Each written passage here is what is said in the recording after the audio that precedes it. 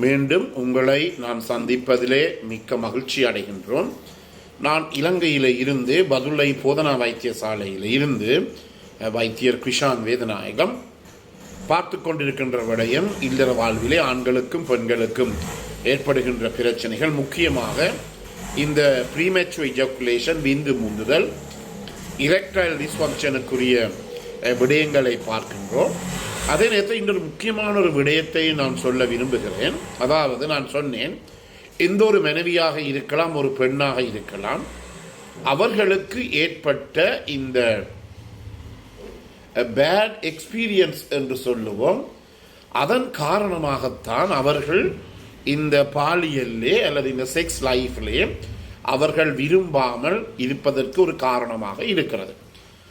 அந்த பேட் எக்ஸ்பீரியன்ஸ்லே முக்கியமாக இன்னொன்று நான் இவ்வளவு காலம் சொல்ல மறந்த ஒரு விடயம், ஒரு ஆண் ஒரு மனைவியினோ அல்லது ஒரு பெண்ணுடனோ பாலியல் உறவை, செக்ஷுவல் இன்டர்கோர்ஸை வைத்த பிற்பாடு என்ன செய்து விடுவார், உடனடியாக அவருடைய விந்து அல்லது சுக்கில பாயம் வெளியேறியவுடன் அந்த மற்ற பக்கம் திரும்பி பார்த்து உடனடியாக கட்டிலிருந்து எழும்பி அந்த தன்னுடன் பாலியல் தொடர்பில் ஈடுபட்ட அந்த பெண்ணோ மனைவியோ தன்னுடைய உடுப்புகளை போட்டாரா இல்லையோ என்று கவனிக்காமல் உடனடியாகவே கதவை திறந்தோ டக்குன்னு வெளியிலே போய் தன்னுடைய டாய்லெட்டுக்கோ வாஷ்ரூமுக்கோ போய்விடுவார்.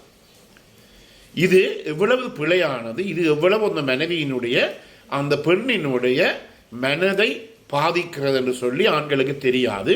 ஆனால் பல பேர் என்னிடம் வந்து சொல்லுகின்ற இதையும் ஒரு குறையாக சொல்லுகிறார்கள். பாலியல் உறவு முடிந்தவுடன் டக்குன்னு எழும்பி வெளியிலே போய், ஒரு தாய் அண்மையிலே சொன்னார், வெளியிலே போய் ஒரு கிளாஸில் ஒரு ட்ரிங்க், ஒரு மதுவை எடுத்து போட்டு குடிச்சுக்கொண்டு, சிகரெட் குடிச்சுக்கொண்டு வெளியிலே நிற்பார்கள் என்று, போட்டிக்கோலையோ வெளியிலேயோ. எனவே இதெல்லாம், அதாவது அந்த பெண்ணுக்கு ஒரு பேட் எக்ஸ்பீரியன்ஸ், பிழையான அனுபவத்தை கொடுக்கின்ற, அதே நேரத்தில் இந்த பாலுறவே வேணாம் என்று சொல்லுகிற ஒரு நிலைமைக்கு அந்த பெண்ணை கொண்டு போய் விடுகிறது.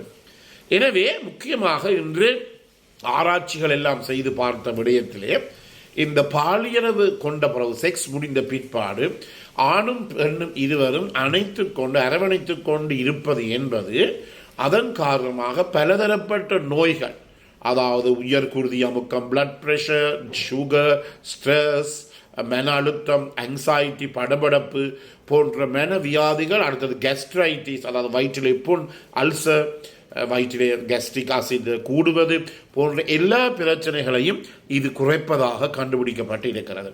எனவே இந்த நிகழ்ச்சியை ஆண்கள் எல்லாரும் இன்றையிலிருந்து நீங்கள் இதை செய்ய பழகிக் கொள்ளுங்கள். அதாவது பாலியல் உறவு கொண்டவுடன் அந்த இடத்திலிருந்து எழும்புவது முற்றிலும் பிழையானது. குறைந்தது ஒரு 20 நிமிடத்திலிருந்து அரை மணி நேரமாவது அவங்களுடைய மனைவியுடன் நீங்கள் கொஞ்ச நேரம் கதைத்து அந்த நேரத்தை நீங்கள் செலவிடுவது மிகவும் முக்கியமானது. எனவே இதை ஒவ்வொருவரும் கவனித்துக் கொள்ளுங்கள். ஏனெனில் இது ஒரு சின்ன விடயம்தான், ஆனால் இட்ஸ் கேரிஸ் அ லாட். ஒரு சின்ன விடயம்தான், ஆனால் இது பாரதூரமான ஒரு மெசேஜை, ஒரு செய்தியை எங்களுடைய பெண் துணைக்கோ அல்லது மனைவிக்கோ கொடுக்கக்கூடிய ஒன்றாக இருக்கிறது. எனவே இதை நீங்கள் கவனித்துக் கொள்ள வேண்டும். அதே நேரத்திலே முக்கியமாக இன்னொன்றையும் நான் சொல்ல விரும்புகிறேன். என்ன, அந்த பெண் சரி 20 நிமிடம் முடிந்துவிட்டு இருந்தீர்கள், அந்த பெண் தன்னுடைய உடுப்புகளை எல்லாம் அணியும் மட்டும் தயவு செய்து பொறுத்திருங்கள்.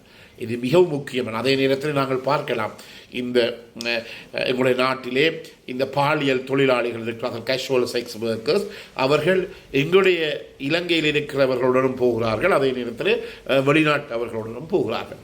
அவர்கள் அதாவது அவர்களை நாங்கள் கூட நேரம் கூடுதலாக பார்ப்போம்.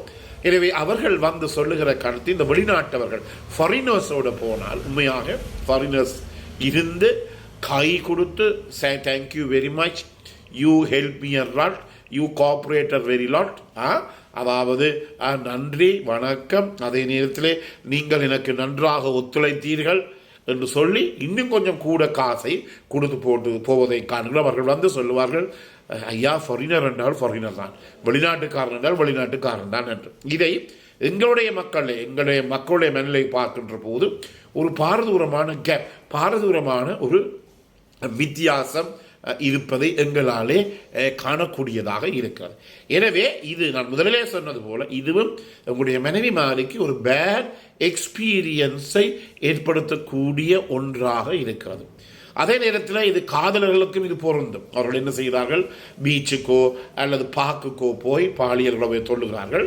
கொள்ளுகின்ற போது அவர்கள் என்ன செய்கிறார்கள், டக்குன்னு அவர்கள் அந்த இடத்திலிருந்து விலத்தி விடுகிறார்கள். ஆனால் பெண்ணுக்கு கடைசியிலே ஆக்களிடம் மாட்டுப்படுவது பெண்ணாகத்தான் இருக்கிறார். இது முற்றிலுமே பிழையானது. எனவே மிக முக்கியமாக கவனித்துக் கொள்ள வேண்டிய, அதாவது இது பாலியலுக்கு பிறகென்றாலும் செக்ஸுக்கு பிறகென்றாலும் நான் ஃபாரினர்ஸை சொன்னேன், அவர்கள் வெளிநாட்டவர்கள் தேங்க்யூ 4-5 தரம் சொல்கிறார்களாம், தேங்க்யூ தேங்க்யூ, நன்றி நன்றி நன்றி, நீங்கள் நல்லாக ஒத்துழைத்தீர்கள். எனவே இவையெல்லாம் சின்ன சின்ன விடயங்கள். ஆனால் இது ஒரு பெரிய ஒரு செய்தியை எங்களுடைய துணைக்கோ அல்லது மனைவிக்கோ எடுத்து சொல்லுகின்ற ஒரு விடயமாக இருக்கின்றது. அது மிகவும் முக்கியமான. அதே நேரத்திலே உங்களுக்கு தெரியும், இந்த பெண்களுக்கு மாதவிடாய் ஏற்பட்ட காலத்திலே, அதாவது மாதவிடாய் ஏற்பட்ட காலத்திலே நாங்கள் பாலியல் உறவுகளை கொள்ளக்கூடாது என்று சொல்லி எந்த விதத்திலேயும் ஒரு விதிமுறைகளும் கிடையாது கிடையாது கிடையாது. ஆனால் நீங்கள் இந்த பாலியல் உறவை ஒரு கேஷுவல் செக்ஸ் ஒர்க்கர் அல்லது பாலியல் தொழிலாளிகளுடன் மேற்கொள்ளுகின்ற போது அந்த இடத்திலே அந்த பீரியட்ஸ் நேரம், மென்சுரேஷன் நேரம், அந்த மாதவிடா நேரம் வருகின்ற இரத்தத்திலே இருந்து உங்களுக்கு பாலியல் நோய்கள், HIV, எய்ட்ஸ் போன்ற பாலியல் நோய்கள் பெறக்கூடிய சந்தர்ப்பம் இருக்கின்றது.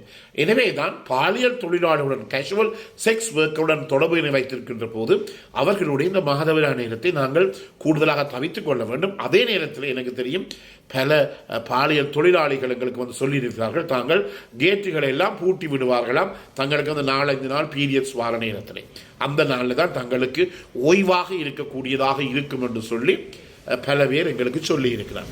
இதை முக்கியமாக நான் வீட்டுக்கு வெளியிலே வரமாட்டேன் டாக்டர் என்று கூட எங்களுக்கு சொல்லியிருக்காங்க. எனவே இதே நேரத்தில் சில ஆண்களுக்கு இந்த மனைவியினுடைய பீரியட்ஸ் நேரங்களிலே, மாதவிடா நேரங்களிலே மனைவியுடன் பாலியல் உறவுகளை வைத்துக்கொள்ள விரும்பினால் என்ன செய்ய வேண்டும், அதையும் நீங்கள் கவனித்துக் கொள்ள வேண்டும். மிக முக்கியமான நேரத்தில் அந்த பெட்ஷீட்லையோ அந்த மெட்ரஸ்லையோ அந்த மெத்தையிலையோ ரத்தம் படக்கூடிய ஒரு சந்தர்ப்பங்கள் இருக்குது. எனவே இவை எல்லாவற்றையுமே நாங்கள் கவனித்துக் கொள்ள வேண்டும். ஏனோ தானோ ஒன்று போய் இருந்து போட்டு விந்தை கலட்டி போட்டு வந்து எழுப்பி வர்றதில் ஒரு விதமான விடயமும் கிடையாது. நான் முதலே மீண்டும் ஒன்று சொல்கிறேன், மாதவிடை காலத்தில் நாங்கள் பாலியல் உறவை, செக்ஷுவல் லைஃப் அல்லது செக்ஷுவல் இன்டர்கோர்ஸை பாலியல் தொடர்புகளை வைத்துக் கொள்வதில் ஒரு விதமான பிழையும் கிடையாது. அப்படி வைத்துக்கொள்ள இயலாது என்று சொல்லி ஒருவருமே சொல்ல முடியாது. ஆனால் என்ன, அதுக்கேற்ற வகையிலே நாங்கள் என்ன செய்ய வேண்டும், செயற்பட வேண்டும். எனவே இன்று நான் கொடுக்கின்ற ஒரு மெசேஜ் என்ன, செக்ஸ் முடிஞ்ச பிறகு தயவு செய்து உடனே கட்டளை எழும்பால் ஒரு 20 தரமனத்தியார்கள் மனைவியை நீங்கள் அணைத்துக் கொண்டு இருக்கின்ற போது அதன் மூலமாக ஏற்படுகின்ற பாரதூரமான நன்மைகள் உங்களுக்கு ஏற்படும். எனவே இந்த நிகழ்ச்சி உங்களுக்கு பிடித்திருந்தால் கட்டாயமாக பார்க்காததுக்கு அறிமுகப்படுத்துங்கள், மறக்காமல் லைக் பண்ணுங்கள், ஷேர் பண்ணுங்கள். யூடியூப்ல பார்ப்பவர்கள் பெல் சைன் மணி சைன் அழுத்தி மறக்காமல் சப்ஸ்கிரைப் பண்ணுங்கள். டிக்டாக்ல தயவு செய்து என்னை ஃபாலோ பண்ணுங்கள். பிறந்திருக்கின்ற நாள் உங்கள் அனைவருக்கும் இனிய பொழுதாக அமைய அனைவருக்கும் பொதுவான நிறைவேற வேண்டி விடைபெறுகிறேன். நன்றி, வணக்கம்.